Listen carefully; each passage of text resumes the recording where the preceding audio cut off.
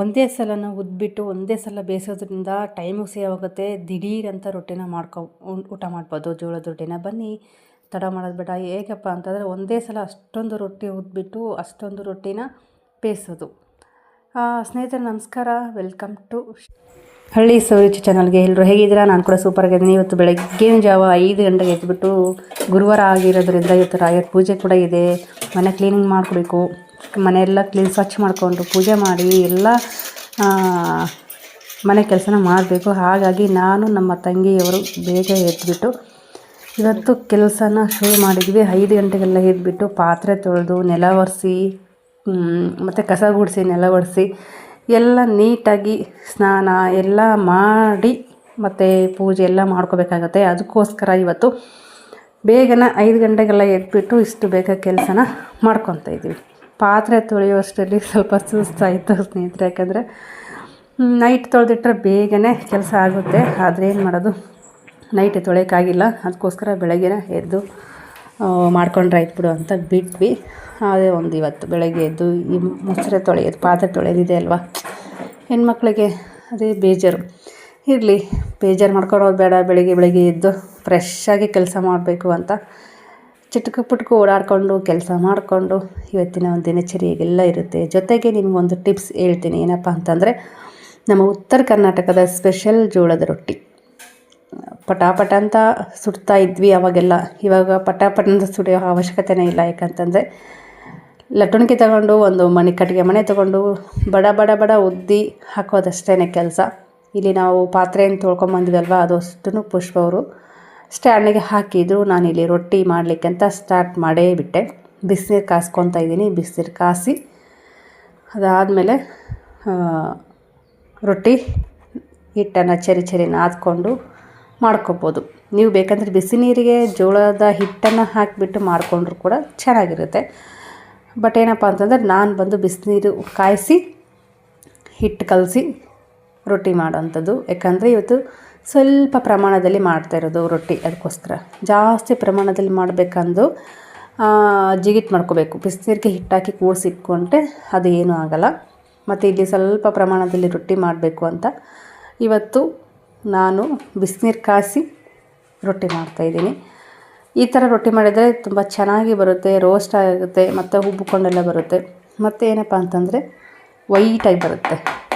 ನಾವು ಜಿಗಿಟ್ ಮಾಡಿಕೊಂಡು ಹಿಟ್ಟನ್ನು ನಾದಿ ರೊಟ್ಟಿ ಮಾಡ್ತೀವಲ್ವ, ಸ್ವಲ್ಪ ಲೈಟಾಗಿ ಕಪ್ ಬರುತ್ತೆ ಅದು ರೊಟ್ಟಿ. ಅಷ್ಟೇ ಡಿಫ್ರೆನ್ಸು, ಏನಿಲ್ಲ.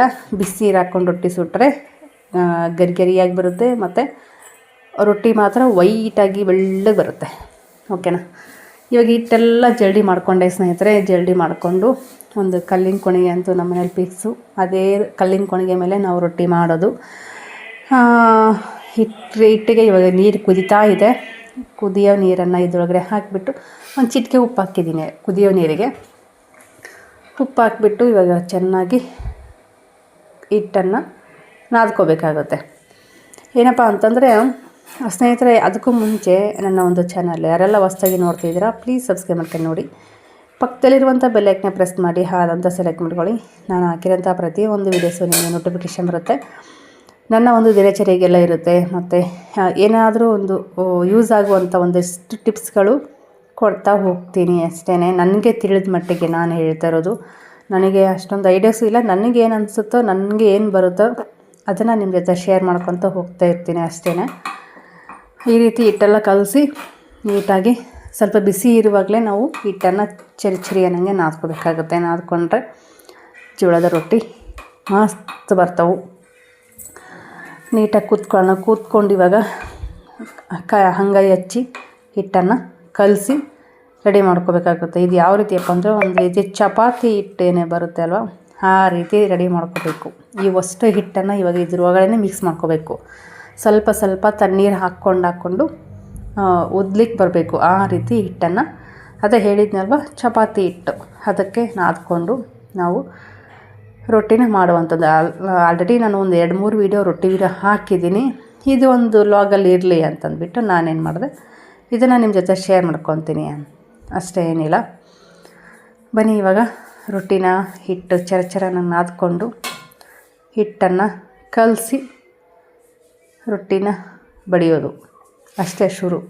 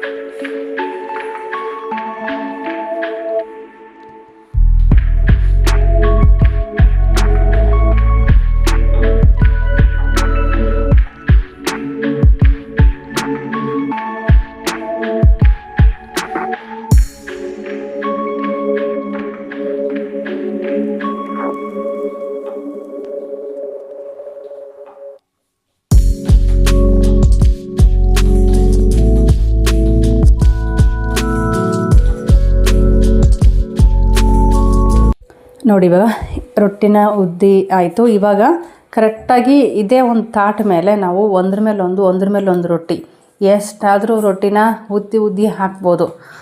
ಒಂದು ರೊಟ್ಟಿ ಬೇಯಿಸಿ ಇನ್ನೊಂದು ರೊಟ್ಟಿ ತೆಗೆದು ಇನ್ನೊಂದು ರೊಟ್ಟಿ ಉದ್ದಿ ಮತ್ತು ಅದೊಂದು ರೊಟ್ಟಿ ಹಂಚಿನಾಗ ಹಾಕಿ ಮಾಡೋ ಬದಲು ಈ ರೀತಿ ಫಸ್ಟ್ ನಾವು ಉದ್ದಿ ಇಟ್ಕೋಬೇಕಾಗುತ್ತೆ. ಉದ್ದಿ ಇಟ್ಕೊಂಡು ಎಷ್ಟು ಸಾಧ್ಯನೋ ಅಷ್ಟು ಉದ್ದಿ ಇಟ್ಕೊಂಡು ಅದಾದಮೇಲೆ ನಾವು ಬೇಯಿಸಿದ್ರೆ ಬೇಗನೂ ಆಗುತ್ತೆ. ಏನಪ್ಪ ಅಂತಂದರೆ ಬೇಯಿಸೋದೇ ಒಂದು ಕೆಲಸ ಆಗುತ್ತೆ ಮತ್ತು ಉದ್ದೋದೇ ಒಂದು ಕೆಲಸ ಆಗುತ್ತೆ, ಅಷ್ಟೇ ಏನಿಲ್ಲ. ಇದಾದರೆ ಉದ್ದಿ ಬರಬಡ ಹಾಕ್ಬೋದು, ಆಮೇಲೆ ನಾವು ಬೇಯಿಸಿದ್ರೆ ಚೆನ್ನಾಗಿರುತ್ತೆ ಅಂತ ನನ್ನ ಒಂದು ಪ್ಲಾನಿಂಗ್, ಅಷ್ಟೇ ಏನಿಲ್ಲ. ಹಾಗಾಗಿ ಎಷ್ಟು ಉದ್ದಿಟ್ಟರೂ ಕೂಡ ನಾವು ರೊಟ್ಟಿ ಹಾಳಾಗಲ್ಲ. ಅದು ಒಂದು. ನಾವು ಏನಪ್ಪ ಅಂತಂದರೆ ತುಂಬ ಜಾಸ್ತಿ ಎಲ್ಲ ಉದ್ದಿ ಇಡೋಕ್ಕೆ ಚಾನ್ಸ್ ಇರಲ್ಲ. ಯಾಕಂತಂದರೆ ಫಸ್ಟ್ ನಾವು ರೊಟ್ಟಿ ಉದ್ದಿರ್ತೀವಲ್ವ, ಅದು ಸ್ವಲ್ಪ ಮೆತ್ತಗಾಗಿ ಬಿಡುತ್ತೆ. ಹಾಗಾಗಿ ಒಂದು ಮಿನಿಮಮ್ ಒಂದು 30ರಿಂದ 40 ರೊಟ್ಟಿನ ಆ ರೀತಿ ಉದ್ದಿ ಹಾಕಿ ನಾವು ತಿರ್ಗಾ ಬೇಯಿಸ್ಬೋದು. ಓಕೆನಾ ಸ್ನೇಹಿತರೆ? ಮಿನಿಮಮ್ ಏನಂದರೂ ಒಂದು 30 ರೊಟ್ಟಿ 35 ಇಲ್ಲ 40 ರೊಟ್ಟಿ ಆದರೂ ಉದ್ದಿ ಒಂದ್ರ ಮೇಲೆ ಒಂದು ಹಿಟ್ಟಾಕಿ ಈ ರೀತಿ ಉದ್ದಿ ಹಾಕ್ಬೋದು. ನೋಡ್ತಾ ಇರ್ಬೋದು, ಇಷ್ಟು ರೊಟ್ಟಿ ಉದ್ದಿ ಇಟ್ಟಿದ್ದೀನಿ. ಆಲ್ರೆಡಿ ಇಲ್ಲಿ ಬೇಯಿಸಿ ಹಾಕಿದ್ದಾರೆ, ನಮ್ಮ ಅಕ್ಕ ಬಂದು ಇಲ್ಲಿ ಬೇಯಿಸಿ ಹಾಕಿದ್ದಾರೆ. ಅಷ್ಟು ರೊಟ್ಟಿ ಉದ್ದಿ ನಾನು ಮೇಲೆ ಇದ್ದೆ. ಅದಾದಮೇಲೆ ಅಕ್ಕ ಬಂದು ಇಲ್ಲಿ ಬೇಯಿಸೋಕ್ಕೆ ಸ್ಟಾರ್ಟ್ ಮಾಡಿದರು. ನೋಡ್ತಾ ಇರ್ಬೋದು, ಇಷ್ಟು ರೊಟ್ಟಿನ ಬೇಯಿಸ್ಲಿಕ್ಕೆ ಸ್ಟಾರ್ಟ್ ಮಾಡಿದ್ದಾರೆ. ಇಷ್ಟು ರೊಟ್ಟಿ ಬೇಯಿಸಿದ್ದಾರೆ ಆಲ್ರೆಡಿ. ಓಕೆನಾ? ಅಷ್ಟು ರೊಟ್ಟಿನ ಹಾಕಿದೆ ಬೇಯಿಸೋದು. ಹಾಗೆ ಕೆಲಸ ಮುಗಿದೋಗ್ಬಿಡುತ್ತೆ, ಉದ್ದೋ ಕೆಲಸನೇ ಇರೋಲ್ಲ. ಹಾಗಾಗಿ ನಾನು ಫಸ್ಟ್ ಎಲ್ಲ ಉದ್ದಿಟ್ಟೆ. ಆದಮೇಲೆ ನಮ್ಮ ಅಕ್ಕ ಬಂದು ಬೇಯಿಸೋಕ್ಕೆ ಸ್ಟಾರ್ಟ್ ಮಾಡಿದರು. ತುಂಬ ಚೆನ್ನಾಗಿ ಬರುತ್ತೆ. ನೋಡ್ತಾ ಇರ್ಬೋದು, ಕಲರೆಲ್ಲ ಚೆನ್ನಾಗಿ ಬರುತ್ತೆ, ನೀಟಾಗಿ ಬರುತ್ತೆ. ಮತ್ತು ನೀವು ಕೂಡ ಇದು ಒಂದು ಸರಿ ಟ್ರೈ ಮಾಡಿ ನೋಡಬಹುದು. ಹಂಗೆ ನಮ್ಮ ಪುಷ್ಪ ಹೋದು ಈ ಕಡೆ ಪೂಜೆ ಕೂಡ ಆಯಿತು. ಅವರು ಸ್ನಾನ ಮಾಡಿ ಪೂಜೆ ಎಲ್ಲ ರೆಡಿ ಮಾಡಿದರು. ನಾನು ಬಂದು ಇಲ್ಲಿ ರೊಟ್ಟಿ ಉದ್ದಿ ಅಕ್ಕ ಬೇಯಿಸೋಕ್ಕೆ ಸ್ಟಾರ್ಟ್ ಮಾಡಿದರು. ಎಲ್ಲರದು ಬೆಳಗ್ಗೆನೇ ಎಲ್ಲ ಪೂಜೆ ಪುನಸ್ಕಾರ ಸ್ನಾನಾಗಿನೆಲ್ಲ ಮುಗಿದು ಕಂಪ್ಲೀಟಾಗಿ ಲಾಸ್ಟಲ್ಲಿ ಅಕ್ಕ ನೋಡ್ತಾ ಇರ್ಬೋದು ಪೂರಿ ಉಬ್ಬೋ ಥರ ಉಬ್ತಾ. Thank you for watching.